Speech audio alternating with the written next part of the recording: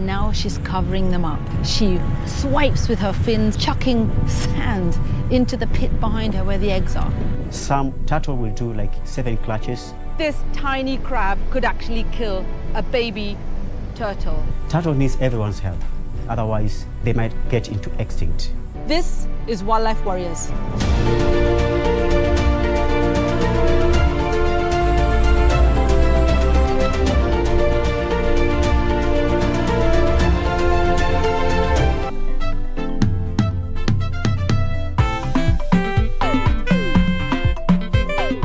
I want you to tilt your head a bit, okay? Yes. Not turning, I am saying you tilt your head. Not 90 degrees. Good, 40. Yes, come. Good, right there. Right. Where were you? I have been calling and calling. Where the hell have you been? School of your class time. Where should I be? I am so mad. I feel like my blood is burning. It is boiling. Could someone please pour some cold water on me? Some cold liquid. I need to calm down before I talk. It's like... You are welcome. That was a figurative speech, you buffoon. Oh, okay. Classmates, every Saturday on KBC.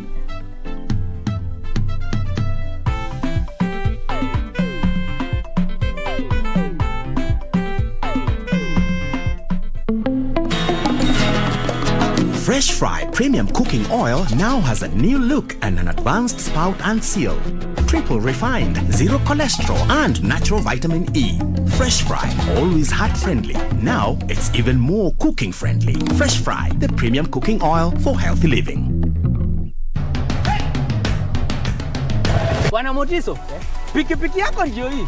Uko shwani yangu. Hii pikipiki ni unakumbuka uniekelea the lowest unique bid yako ilikuwa ngapi? 18 shillings. Na unajua kuendesha hii gari?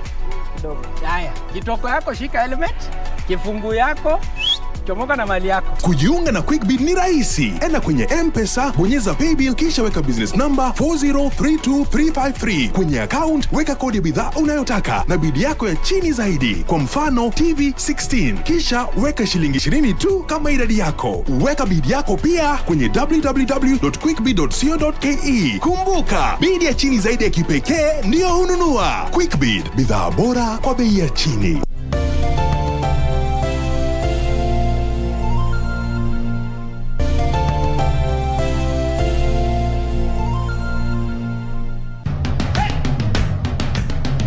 Bwana Motiso, pikipiki yako ndio hii. Uko shwani yangu. Hii pikipiki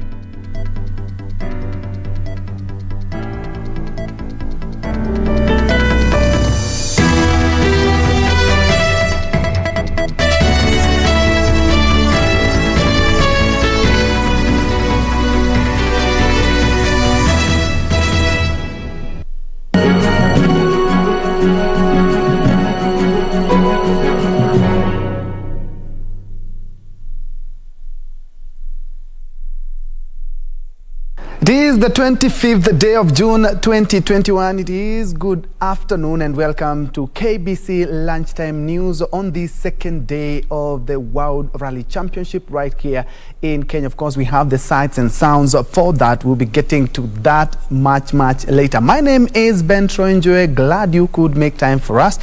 We have business and also sports in this mix. Straight to the news, the Kenya Medical Practitioners and Dentist Union has resolved to reject the proposal of including non-professionals in their body. The medics claim self-regulation is practiced around the world, terming the Health Amendment Bill as draconian. At the same time, they are calling on the government to streamline the healthcare system and urging counties to budget appropriately for healthcare to avert the COVID crisis in the country. Doing that such that any quacks from Cuba or any quacks from anywhere, their cousins and the nepotism will be highly brought about by that. So as organizations and as unions and as societies, we are coming out strongly to repudiate that, because there's no any time whereby doctors have been the judges in the high courts. There's no time where doctors have been the heads of teachers of schools. So in any profession, for technical purposes and for things to parade and for wananchi to get the better health services that they need, we need to have self-regulation. The other issue that we have discussed is the issue of COVID-19 situation. in the country, it is quite shameful that only 0.7% of Kenyans have been vaccinated, and less than 0.3% of healthcare workers. Of 1.2 million healthcare workers, only 55,000 have been vaccinated. And this is happening because the government is over-relying only on charity and donation. There's need for the government to budget and buy the vaccines for the Kenyans and for the healthcare workers. Because that's we are saying, the proposal that are being made by the ministry and the state do not add any value to any professional regulation. And that is why we are saying anything that is progressive must demonstrate a value addition to what we are doing. And we are saying as professionals that this should be refused, and the parliament should not be be pushed to do this, because this will be retrogressive.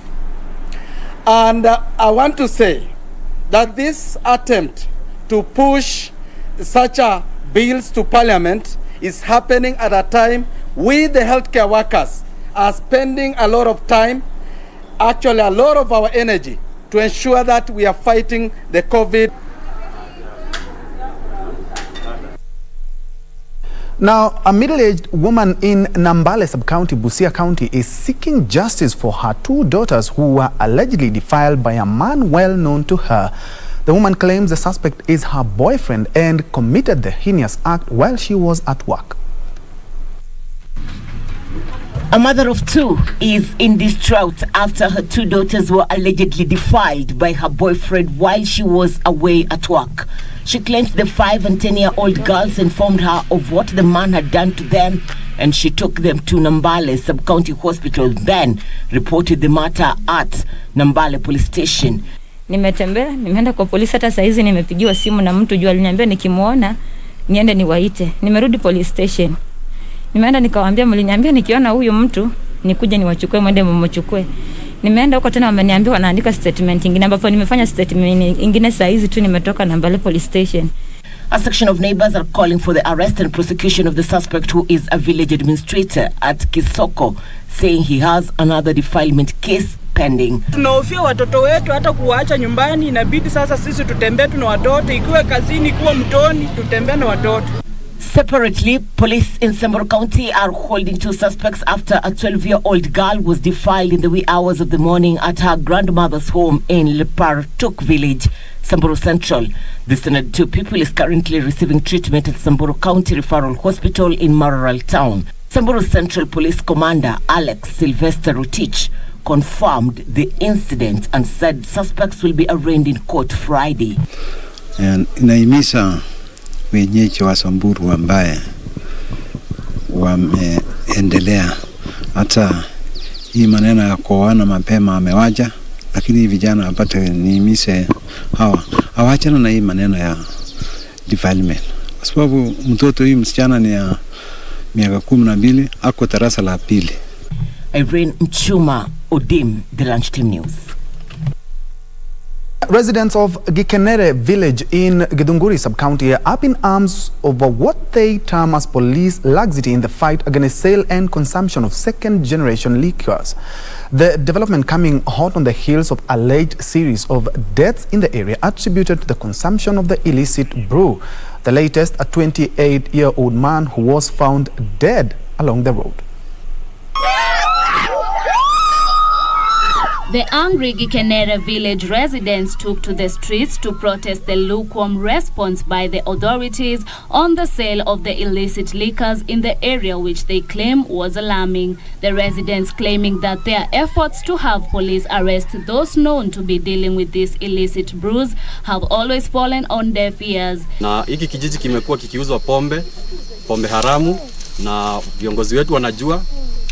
Tuko na viongozi katika hili eneo, tuko na askari hapa, lakini hakuna jambo ambalo wanafanya kusaidia kutokana na hili jambo. The protest coming after a body of 28-year-old man was found lying along the road with a bottle of illicit liquor beside him. Iko na pombe mingi sana. Watoto wanakufanga, hata kuna mwingine hapa amekufa saa hii juu ya pombe. Serikali ichukue hatua itumalizie hii pombe. The residents threatened to take the law into their hands on those selling the brews if the police will not act. Janet Kamau, Lunchtime News.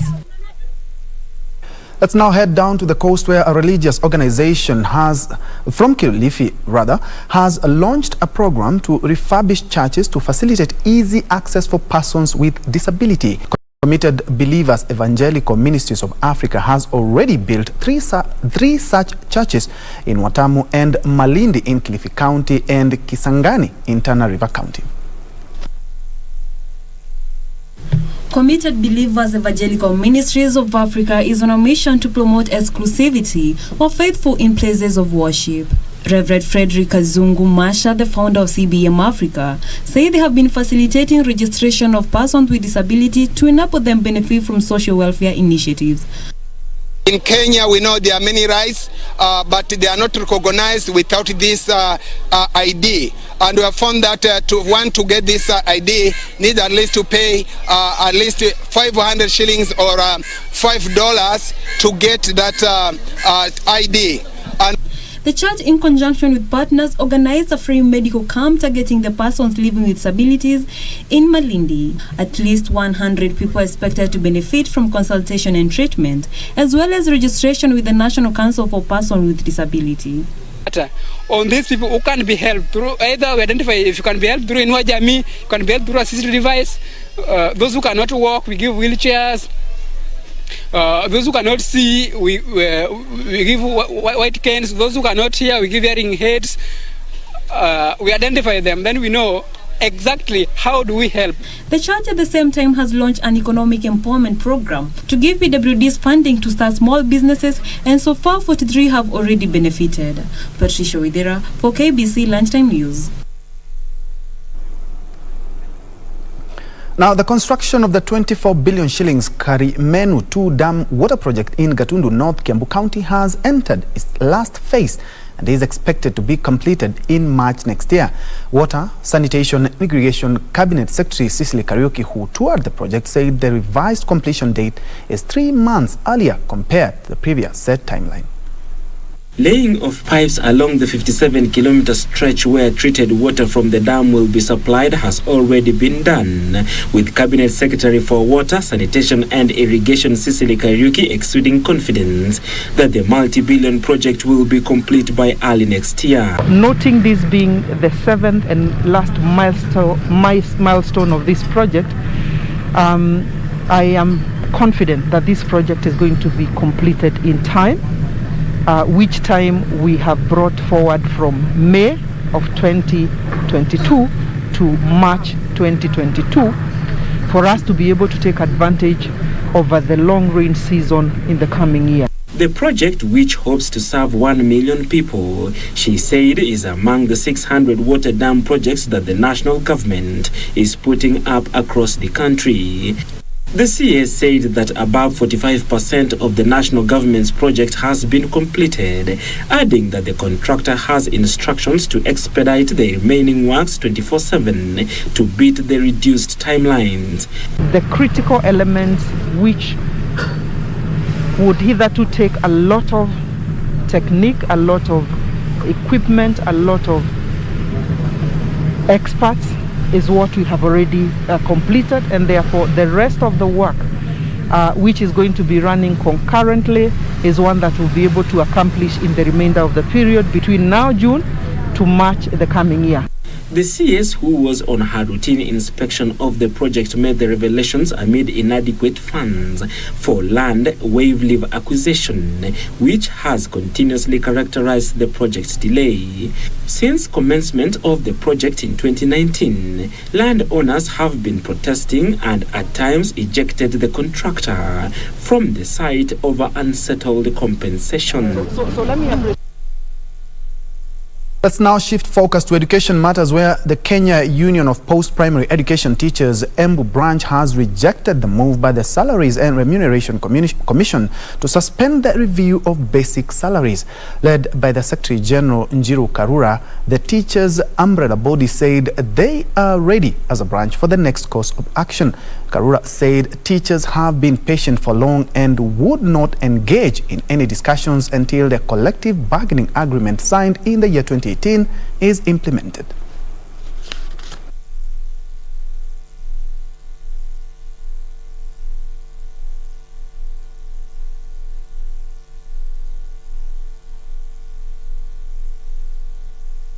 Tunasema kama walimu wa KUPPET, sisi tunataka nyongeza ya mishahara kama tulivyoahidiwa na serikali ya Kenya. Tuliahidiwa mwaka wa 2018 na tunasema serikali itimize hayo. Wasipotimiza pass, tunasema tutaenda mgomo kwa sababu ni kitu tuliandikiana na tukakubaliana. Tumestuka sana na tuko na huzuni mingi sana sababu SRC imesema ya kwamba hakuna nyongeza ya mishahara kwa walimu, na hii ni wakati wa COVID yenye walimu wanapitia maisha magumu sana sababu economy imeenda chini. Kwa hivyo ndio sababu tunasema tuko na shinda, na kwa sababu National Office ya KUPPET ilisema ya kwamba kama serikali haitaangalia hii mambo ya CBA mpya kabla ya siku 14 tutaenda kwa mgomo. Tuko hapa kusema ya kwamba tunawaunga mkono.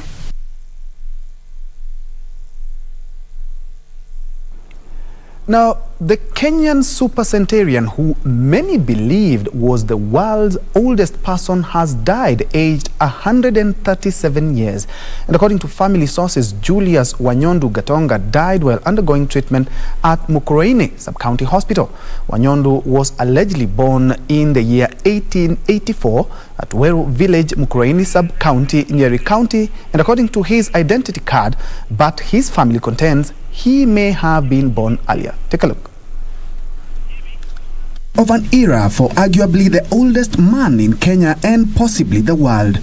Julius Wanyondu Gatonga has passed on aged 137 years old.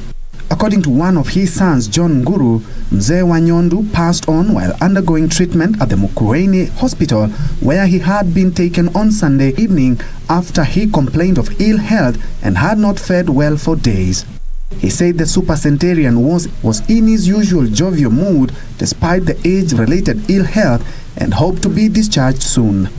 The chocolate-faced and jovial senior citizen, in an interview last year, said he belonged to the Rikariadhimo telephone age group, a group that was circumcised in 1908 when the telephone network was being connected in Nairobi and Mombasa. He said his secret to long life was a healthy lifestyle and diet, and advised the youth to stop consuming alcohol and smoking.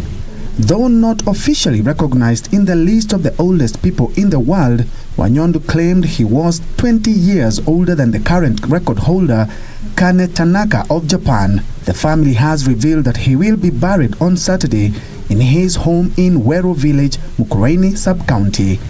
Ben Troy Njue, Lunchtime News.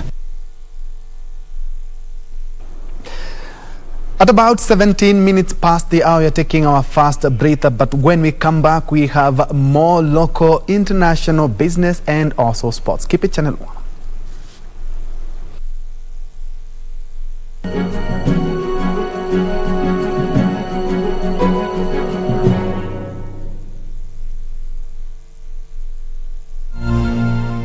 Malaria ni ugonjwa hatari sana unaoua watu wengi hapa Kenya. Japo kuko na corona, hatari ya malaria bado iko. Mtoto huyu alikuwa na joto jingi, kutetemeka, kuumwa na viungo na uchovu. Alikimbizwa hospitali ya umma ambako sheria za COVID-19 huzingatiwa na ni salama kwa shughuli ya upimaji. Vipimo vilionyesha kuwa ana malaria, na papo hapo daktari akampa dawa za malaria na kumshauri azimalize, na ili kujikinga wawe wakilala ndani ya neti iliyotibiwa. Malaria husambazwa na mbu. Walio hatarini ni watoto wa chini ya miaka 5 na akina mama wajawazito. Kupimwa na kutibiwa ni bure katika hospitali zote za umma. Usisahau adui malaria. Zero malaria huanza na mimi. Chukua jukumu leo. Komesha malaria. Ujumbe huu umeletwa kwenu na Wizara ya Afya.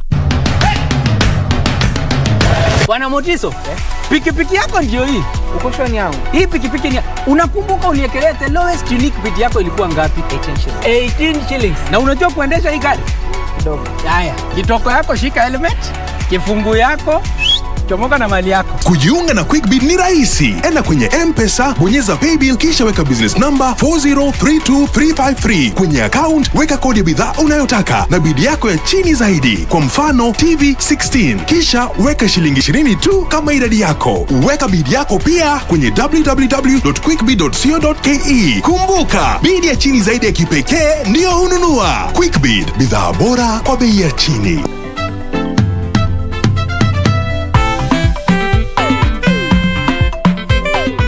I want you to tilt your head a bit, okay? Yes. Not turning, I am saying you tilt your head. Not 90 degrees. Good, 40. Yes, come. Good, right there. Where were you? I have been calling and calling. Where the hell have you been? School of Yaseretes class time. Where should I be? I am so mad. I feel like my blood is burning. It is boiling. Could someone please pour some cold water on me? Some cold liquid. I need to calm down before I talk. It's like... You are welcome. That was a figurative speech, you buffoon. Oh, okay. Classmates, every Saturday on KBC.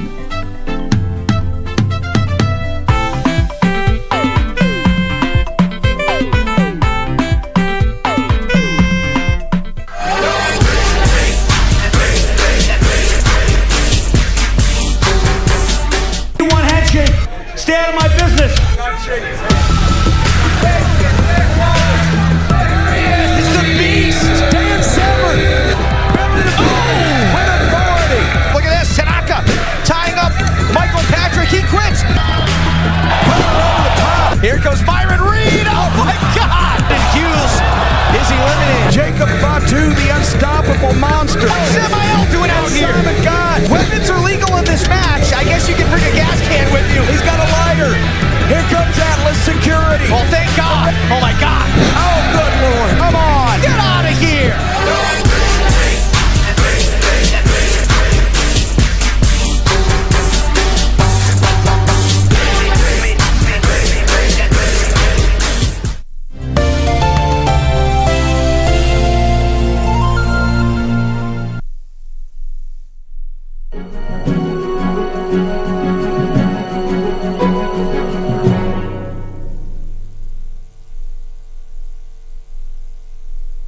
Welcome back and thanks for keeping me company. I can see Bram, you're also live. Jane Kilonzo, you are watching all the way from Sultan Hamoud. Joseph Butoria, you're watching from Kampala, Uganda.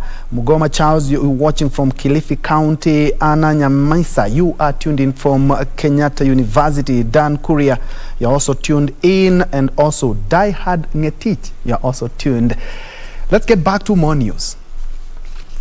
Moving on, in the early 2000s, the HIV/AIDS scourge ravaged the Bulapesa informal settlement in the outskirts of Isiolo town in early 2000, leaving many orphans in its wake.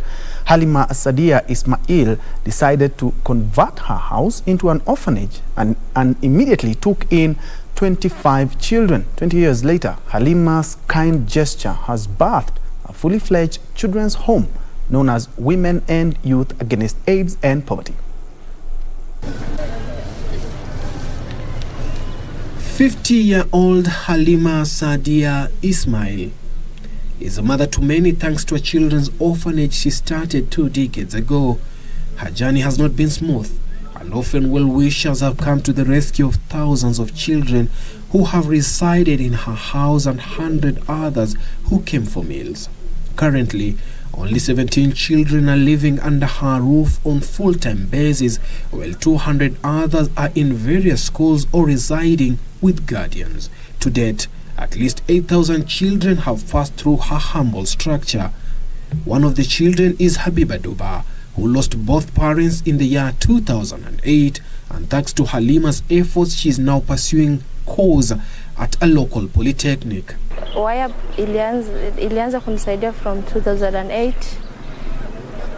Ile siku ilishanga pia Madam Halima pia akaanza kunisaidia mpaka nikafika saa niko polytechnic. Over the years, Halima's ambition has been to expand the house to accommodate more children, but meager resources have prevented her from achieving the dream. Wafadhili wamekuwa wachache sana na niko na shida kabisa ya kuwasaidia, hata chakula mara nyingi ni ngumu kupata. Now a group of well-wishers has responded to her plea and offered to construct a modern 2-story building that can accommodate over 200 children. Ninataka kurudisha mkono kwa community kwa vile walinisaidia. Nataka pia kusaidia wenzangu kama wale ambao hawajiwezi. Kama vile mimi pia sikuwa najiweza wakati huo. The architectural design from the proposed building has been approved by the Isiolo County government and construction is expected to begin soon. The same facility as well have a clinic with a 23-seater bed. It has classrooms, it has a dining area, and it has boarding facilities. As well, we're looking at powering the facility with green energy. We want to do off-grid solar so that as well it can be cheaper for the facility to run. Very noble gesture indeed. From Isiolo, let's now focus on matters politics, where more than 200 Kenyans who claim their personal data was used to register them into different political parties without their consent will be deregistered from the Office of the Registrar of Political Parties list. Data Protection Commissioner Immaculate Kasait assured Kenyans that the Data Protection Act of 2019 will be respected and protected. Acknowledging receiving reports of alleged processing of personal data to various political parties, Kasait revealed that the names will be expunged from the list and that her office is taking steps to ensure that the rights of data subjects are respected and protected. Kasait noted that the effective implementation of the data protection was a key step towards ensuring that the country has a robust and thriving digital economy. Meanwhile, Mwala MP Vincent Musyoka has rubbished off claims that the Independent Electoral and Boundaries Commission does not have enough budget to conduct the forthcoming general election. The Mwala MP wondered how the electoral agency would lack funds to run the process, considering that the 2021-2022 budget was read in Parliament recently, factoring in the Commission's allocations. Issues of money to do a general election, I don't think that should be a problem. What I have a problem with, and many Kenyans have a problem with, is monies to do new constitution, because they have not up to now seen the need for a new document. Suleiman Yeri, Lunchtime News. Now, thousands of business people across the country experienced huge losses and the eventual closing down of their businesses as the COVID-19 pandemic hit the globe in 2019. But for Elijah Kariuki and his wife, Karo Wakini, who were shoe traders in Embu Town, the crisis was the real mother of invention and survival. Here is their story. After the first case of the coronavirus was reported in Kenya, Elijah Kariuki and his wife Carol Wakini were left stranded as the government announced the cessation of movements to and from Nairobi and Mombasa, leaving the family with no supply of shoes to continue their business of hawking. So biashara ikaenda chini, tukauza zile viatu tulikuwa nazo hadi zikabakia chache sana, like 10 pairs. Alafu sasa ikafika mahali sasa tumeuza hata zimebakia 5 pairs. So unajua sasa 5 pairs huwezi enda kuuza pale kwa street. The family ended up using all their savings and were eventually forced to move back home with their parents to help around the farm. Unajua sasa huku ambako tunaishi Embu tunalipa rent, food. So ikakuwa hatuweziweza kuishi huku tena, tukaenda sasa Ushago. Ushago sasa ni Kirinyaga. Sikuwa nalala. Naweza sema hiyo time nilikuwa na hard time sana. Juu lazima nifikirie what to do with my family. Juu sasa nimepata familia, hatuwezi enda pale kwa madhi ati tunakaa hapo ni anatulisha. It's not right. Even here things were tough and they again moved back to Embu armed with a savings of just 20,000 shillings to again restart their shoe hawking business. Tulikuwa tumebakisha about 20,000. Hiyo sasa ndio tukaitisha mzigo, na ukiangalia hiyo biashara inahitaji mzigo kubwa. ili uweze kuuza inahitaji mzigo kubwa, so 20k ilikuwa ndogo, so tukaitisha tu na hiyo tukitegemea tu Mungu, tukaitisha hiyo mzigo ya 20,000, tukakuja tukaanza kuuza. Sasa biashara ikaanza kugrow. Wakini said the business was difficult at first as they had to hawk the shoes in the villages and the outskirts of Embu County and with a limited time due to the curfew restrictions. Kwa tunaenda soko different like kama ni Monday kuna ile soko tulikuwa tunaenda hivyo mpaka wiki inajaa na busy kakuwa sawa.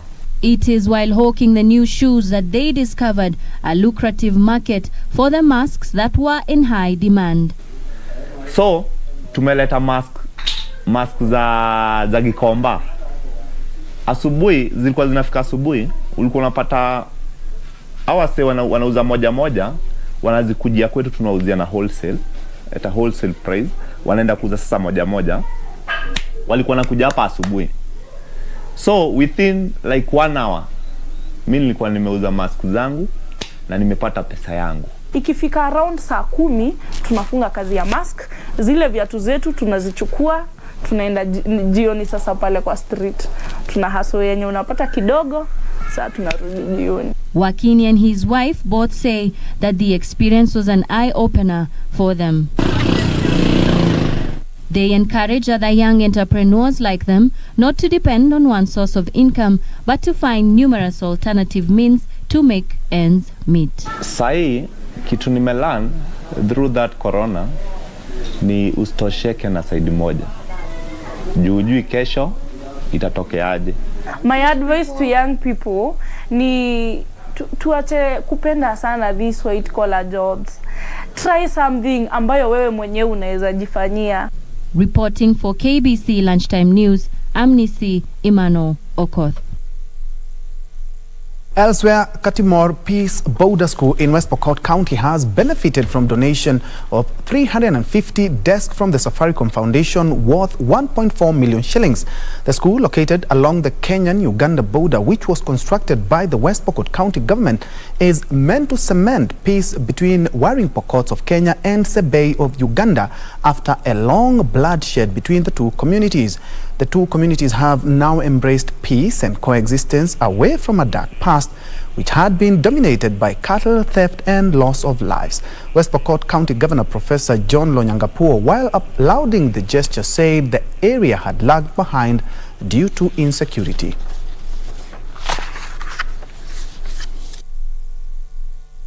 Area hii ilikuwa imeumia sana kwa muda mrefu kwa sababu ya ukosefu wa usalama, na tumekuja kusherehekea uhusiano wetu kuu juu ya amani, juu ya elimu na maendeleo. Desks are going to go a long way in helping the students, because you see, when the students sit down or they sit on stones, even if they have a good class, they will not have a good concentration.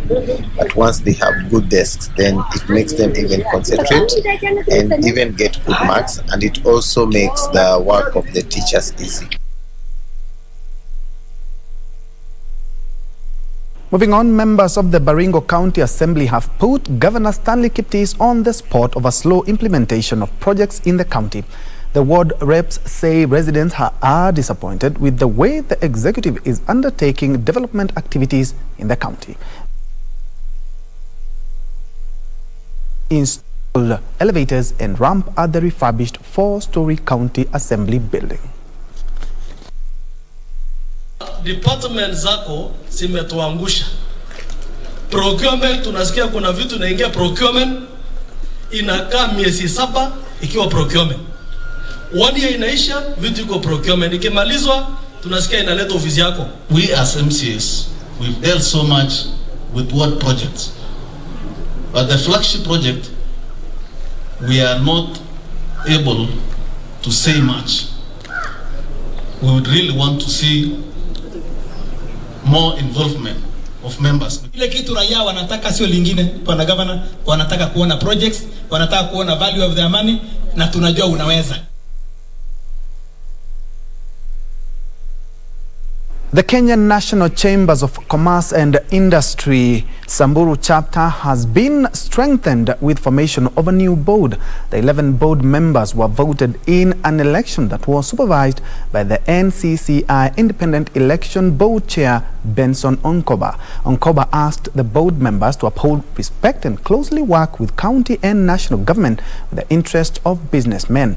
The new board that is being chaired by Andrew Washington Liakono, who was elected unopposed, intends to improve welfare of business people in the county.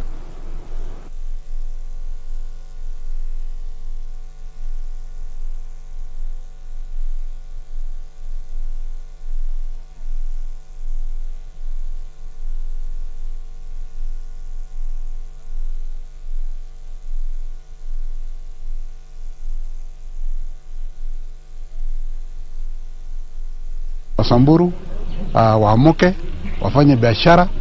Hii mambo ya biashara, mambo ya ng'ombe kila wakati, wizi ya ng'ombe nini, tufanye biashara, tuchukue malon, tutafute pesa, tujifanyie biashara, kwa sababu bila biashara hakuna mahali tunaenda.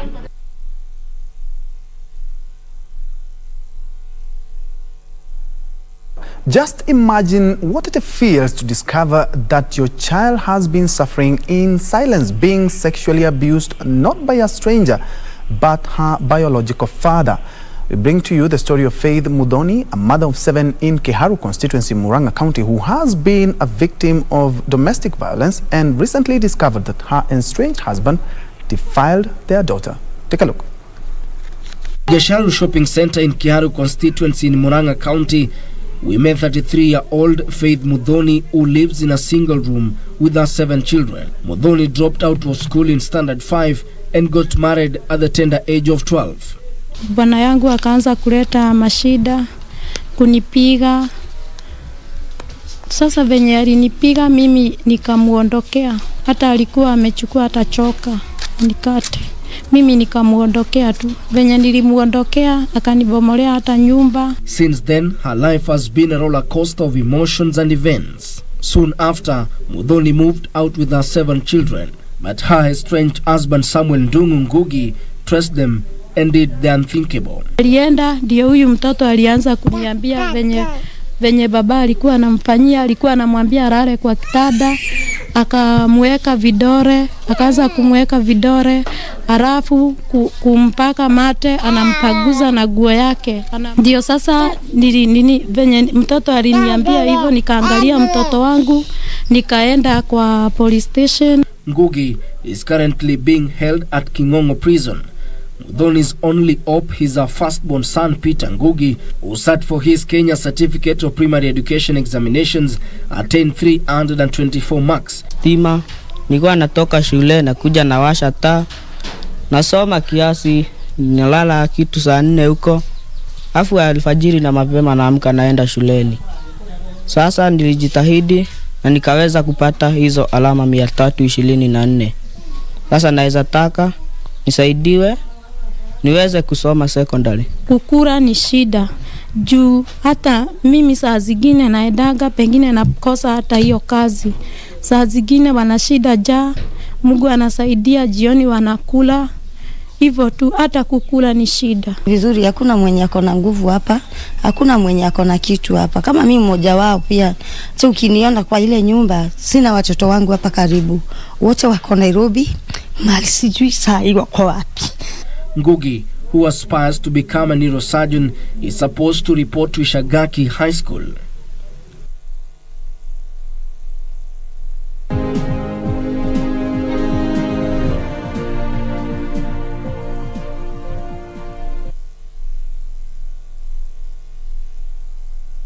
Now, poor quality feeds, breeding in diseases and markets have been identified as key challenges hindering the growth of the dairy industry in Kenya.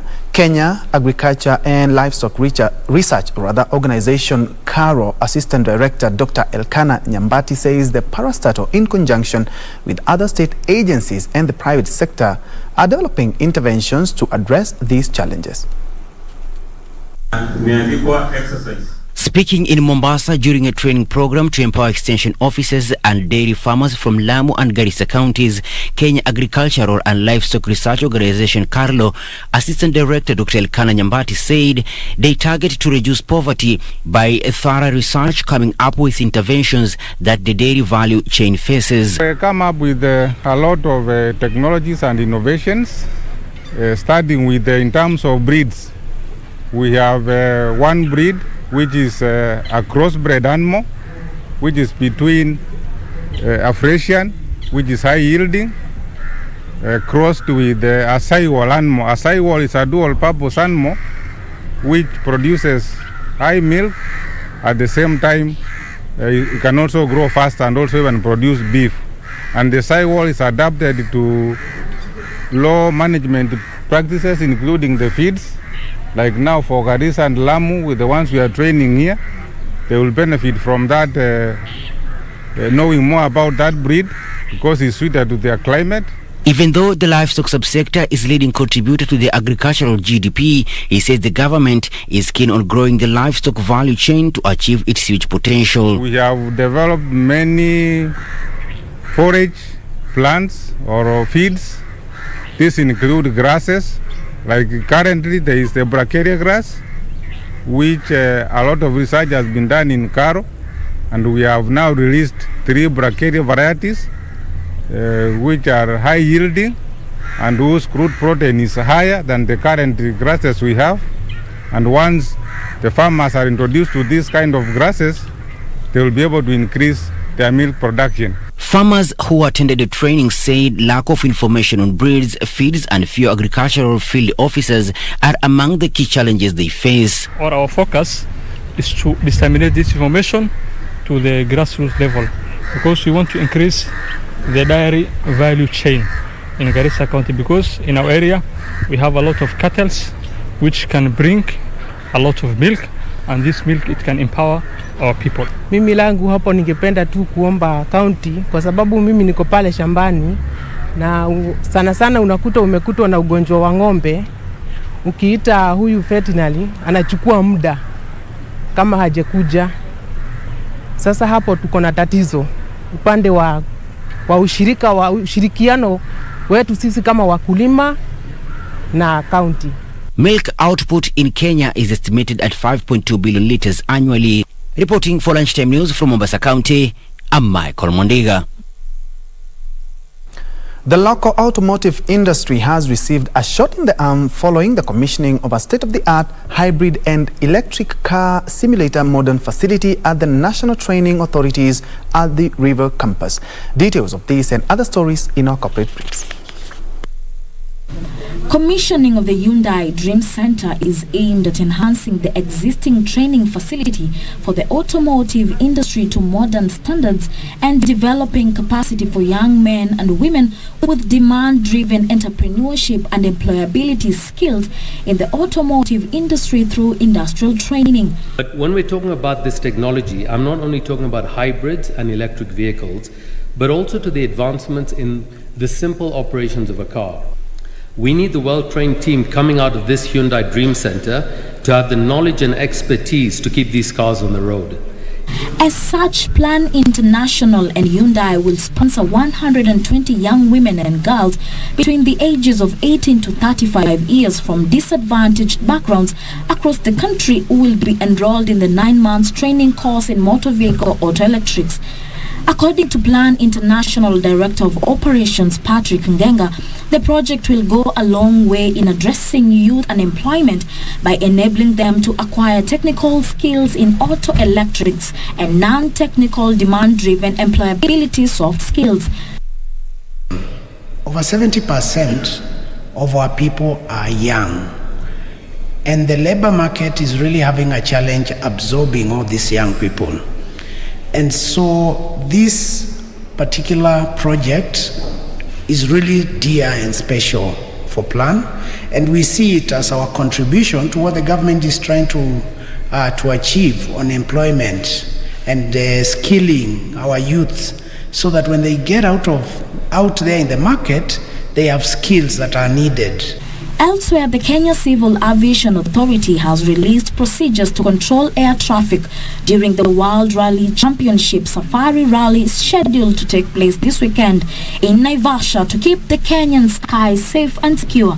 The aviation regulator has also assembled a dedicated team of air traffic control officers to provide air traffic services and weather information, to guide rally team helicopters, coordinate VIP movement, as well as provide alert services to aircraft that will be engaged in the rally. The team will also be responsible for the coordination of medical evacuation flights and ensuring expeditious facilitation of aircraft in distress in case of any eventuality. Private sector has been encouraged to fund the agriculture value chain that has been disrupted by COVID-19 pandemic. AGRA says there is need for more private equity in agriculture to ensure that farmers get inputs on time and a ready market for their produce after the pandemic affected the import and export activities. Since the first case of COVID-19 was reported in the country last year, containment measures that include extended curfew hours and cessation of movement has seen agricultural production reduce. Players in the agriculture sector want more private equity to revive the sector's value chain that has seen farmers grapple with high farm input prices occasioned by lockdowns in many countries. The COVID-19 pandemic, as well as unprecedented desert locust outbreak in Eastern Africa, are obscuring economic prospects in ways no one could have anticipated. And the situation may only get worse if we do not act urgently. Agriculture organizations and the government have been urged to link small-scale farmers with potential investors to capitalize the sector and boost production. There's no ecosystem called agriculture that will move forward without private sector, because it's only when you create an appropriate ecosystem for farmers that farmers can move forward as well. Private sector plays a key role in investing to support farmers access the right yield enhancing technologies. Despite the COVID-19 ravaging the SME sector, survey by AGRA indicates that only 17% of SMEs in the agriculture sector are looking to permanently shut down, further underlining the financial potential of the sector. We want to make sure that agribusiness becomes a $1 trillion industry. We have to close a funding gap of at least $30 billion each year in both public and private sector investments in Africa. That is significant. Currently, agriculture SMEs in the sub-Saharan Africa have a $100 billion funding gap. Ben Troy Njue reporting for KBC Lunchtime News. Now, Tax 101 is a weekly segment that will focus on highlighting some of the tax that you pay with the aim of helping you understand the levy. And in this week's edition, we focus on value-added tax, or VAT in short. Some people call it VAT. As our reporter Caroline Jenga narrates, VAT or VAT is levied on a product whenever value is added at each stage of the supply chain, from the production all the way to the point of sale. The value-added tax, VAT, is a consumption tax charged on the supply of taxable goods or services produced in Kenya and on the importation of taxable goods or services into Kenya. Some tax experts simply define VAT as the tax charged on adding value on a product right from production to the point of sale. The amount of VAT that a consumer pays is based on the cost of the product less any of the cost of materials used in making the product that have already been taxed. Any person, individual, company or partnership that has supplied or expects to supply taxable goods worth 5 million shillings and above within 12 months must register for VAT. Registration is done on the KRA portal, commonly known as iTax. Once registered, you will be required to account for VAT charged on your taxable supplies through online monthly returns and pay any VAT due. VAT is commonly expressed as a percentage of the total cost. The VAT rate in Kenya is 16%. For example, if a product costs 10,000 shillings and there is a 16% VAT, the consumer will pay 11,600 shillings to the merchant. The merchant keeps 10,000 shillings and remits 1,600 to the Kenya Revenue Authority. However, the National Treasury has the leeway to vary the VAT rate on specific products, but this has to be approved by Parliament. Some goods and services supplied to EPZ, privileged persons and some public bodies, as well as essential products such as milk, the government charges zero VAT, or simply said they are zero rated. In 2018, the National Treasury, with the approval from Parliament, reduced the VAT rate on petroleum products such as bituminous, diesel, super petrol and jet fuel from 16% to 8% to make them affordable. Caroline Jenger, Full Business Insight.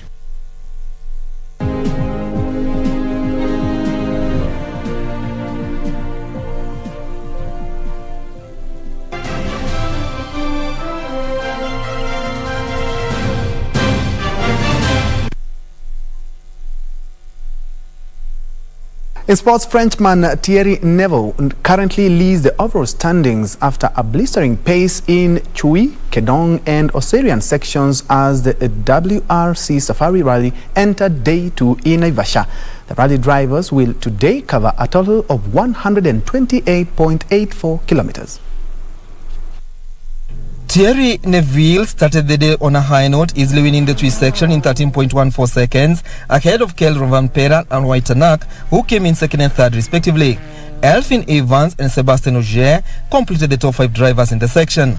Onkarai was the highest placed Kenyan at position 12. Neuville replicated the same performance in Kindong, winning the section ahead of Rampera, Oitanak and Takamoto Katsuta. Kenya's Onkarai finished an impressive 9th.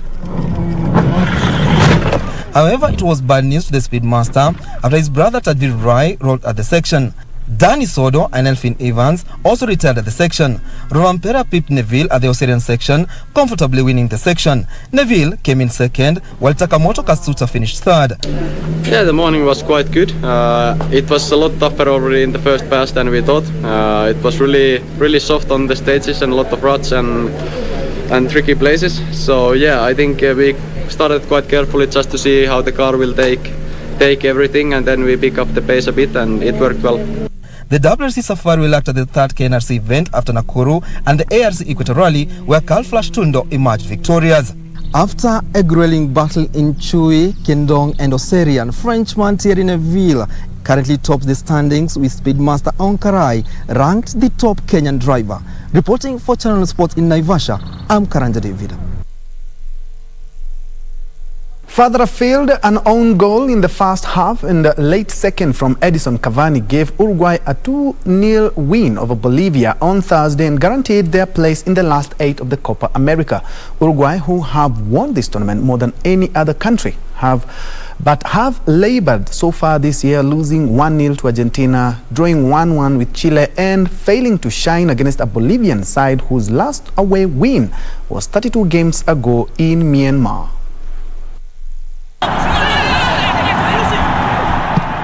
Edinson Cavani was on target as Uruguay beat Bolivia 2-0 to qualify for the quarterfinals of the Copa America. The Manchester United striker had spanned a number of chances before he converted Facundo Torres' cross with 11 minutes remaining.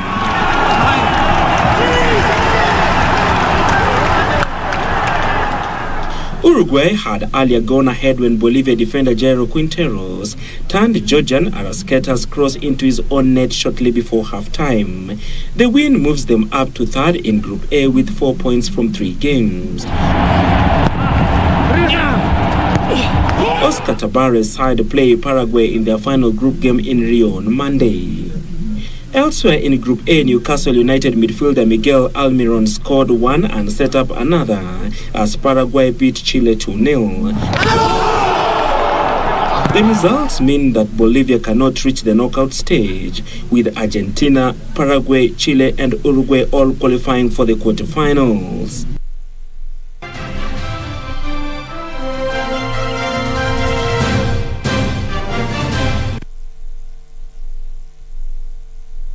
That's all the time we had for KBC Lunchtime News. Thank you so much for joining me, including on social media. I say, Bram, you're so live.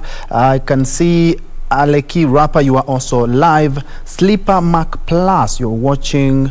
Matuva Wakos Raymond watching live from Kampala. We also have Zachary Othiambo and also Makoha Joffrey. Thank you so much for your company. My name is Ben Troy Njue, and Lucy Maura has been our sign language interpreter this afternoon. Remember, for this plus much more, you can catch us at KBC Channel 1, of course. KBC, www.kbc.co.ke is our website, plus all our social media platform. Do have yourself a blessed afternoon.